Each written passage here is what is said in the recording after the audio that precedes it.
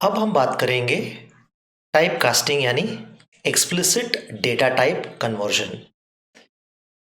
तो सबसे आसान तरीका है एक्सप्लिसिट डेटा टाइप कन्वर्जन समझने के लिए एक छोटा सा एग्जाम्पल देख के कैसे वर्क हो रहा है उसको हम देख सकते हैं।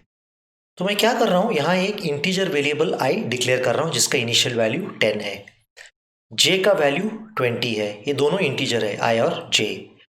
और एक रिजल्ट कह के एक वेरिएबल है जो फ्लोटिंग टाइप डेटा यानी रियल नंबर का डेटा टाइप है।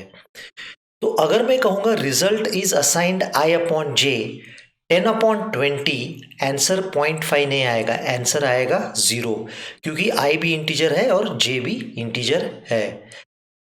ठीक है, तो अगर आप रिजल्ट का वैल्यू 2 डेसिमल तक प्रिंट करोगे तो आउटपुट आपका स्क्रीन पे 0.00 आएगा। तो अगर आप चाहते हो कि रिजल्ट डेसिमल प्लेसेस में आए, मतलब 0.5 आए, तब आपको क्या करना पड़ेगा, आपको ऐसा लिखना पड़ेगा result is assign the value float of i upon j. इस फ्लोट को हम कहते हैं टाइप कास्टिंग या एक्सप्लिसिट डेटा टाइप कास्टिंग। तो क्या होगा, यहाँ आई जो इंटीजर है 10 से रियल नंबर बनेगा यानी 10.00।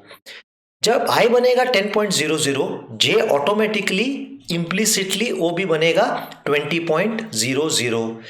अब जो डिवीजन हो रहा है रियल नंबर डिवीजन होगा 10.00 अपॉन 20.00, तब आंसर जाएगा रिजल्ट में 0.50।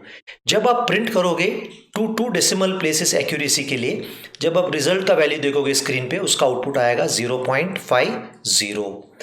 तो यहाँ इस फ्लोट को कहते हैं हम एक्सप्लिसिट डेटा टाइप कास्टिंग यानी टाइप कास्टिंग, क्योंकि हम क्या कर रहे हैं, आई को फोर्सिबली आई को इंटीजर से फ्लोटिंग टाइप में हम कन्वर्ट कर रहे हैं।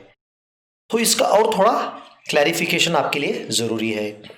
सपोज समझ लीजिए आपके पास एक कोई इंटीजर वेरिएबल है और उस मशीन पे साइंड इंटीजर का साइज समझ लीजिए 2 बाइट्स है, तो मैक्सिमम कैपेसिटी पॉजिटिव साइड पे होगा 32,767। और मैं क्या कर दिया, एक लॉन्ग रिजल्ट करके एक वेरिएबल डिक्लेयर कर दिया हूं। तो अभी मैं क्या कर रहा हूं, इंट आई को इनिशियली वैल्यू दे दिया 200, जे को दे दिया 2000। दोनों आई और जे 2 बाइट्स के हैं। तो अभी मैं क्या कर रहा हूं, रिजल्ट इज आई इंटू जे यानी 2000 इंटू 200, इसका आंसर आएगा 4 लाख। लेकिन जब आप करोगे 4 लाख रिजल्ट के अंदर स्टोर नहीं होगा, क्योंकि ये जो राइट साइड पे है दोनों इंटीजर वेरिएबल्स है और मल्टीप्लिकेशन इंटीजर टाइप की हो रही है। और इंटीजर का कैपेसिटी जो, क्योंकि हम अज्यूम किया 2 बाइट से इतना ही है, लेकिन रिजल्ट आ रहा है 4 लाख, तो ओवरफ्लो हो रहा है। ओवरफ्लो होने के बाद गलत आंसर इस रिजल्ट वेरिएबल में चला जाएगा। तो अगर आपको ऐसे गलती नहीं करना है उसके लिए एक आसान सा तरीका है। अभी मैं क्या करूंगा, result is assigned long of i into j, तब क्या होगा, आई प्रमोट होके लॉन्ग टाइप वेरिएबल बनेगा। जब आई लॉन्ग बनेगा जे भी अपने आप इंटरनली लॉन्ग बनेगा और ये दोनों मल्टीप्लिकेशन लॉन्ग डेटा टाइप में हो जाएगा। लॉन्ग डेटा टाइप का कैपेसिटी इंट से काफी बड़ा है, तब ये रिजल्ट जाके इसमें स्टोर हो जाएगा, अभी कोई प्रॉब्लम नहीं आएगा।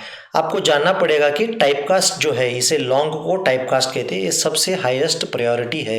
ये मल्टीप्लिकेशन डिवीजन सबसे हाईएस्ट प्रायोरिटी है अगर आप उस ऑपरेटर टेबल देख लोगे। और एक एग्जांपल जहां पे आप गलती कर सकते हो, ऐसे नहीं करना है आपको। अगर आप लिख रहे हो result is equal to long of i into j, अब ब्रैकेट में क्या हो रहा है, आई और जे दोनों इंटीजर है, इंटीजर मल्टीप्लिकेशन होने के बाद आप उसे लॉन्ग कन्वर्ट करने की कोशिश कर रहे हो, लेकिन अब जब मल्टीप्लिकेशन हुआ है यहाँ पे ऑलरेडी ओवरफ्लो हो चुका है। क्योंकि ओवरफ्लो हो चुका है, लॉन्ग करने का कोई फायदा नहीं है, तब ये रिजल्ट भी आपका गलत आ जाएगा। सही तरीका ये है, आइदर आई को लॉन्ग आई कीजिए या जे को आप लॉन्ग जे कर सकते हो। अगर दो में से एक को भी लॉन्ग टाइप कास्ट कर दिया आपने, दूसरा या तीसरा जितने भी वेरिएबल हो बाकी सब ऑटोमेटिकली प्रमोट होके आपको सही रिजल्ट आ जाएगा। तो ये था आपको एक्सप्लिसिट टाइप कन्वर्जन। तो ये कॉन्सेप्ट काफी इंपॉर्टेंट है क्योंकि इस पे एमसीक्यू क्वेश्चंस आपको कैंपस रिक्रूटमेंट टाइम पे पूछा जा सकता है और ये बेसिक्स माना जाता है। डेटा टाइप और वेरिएबल का नॉलेज आपको आना बहुत जरूरी है।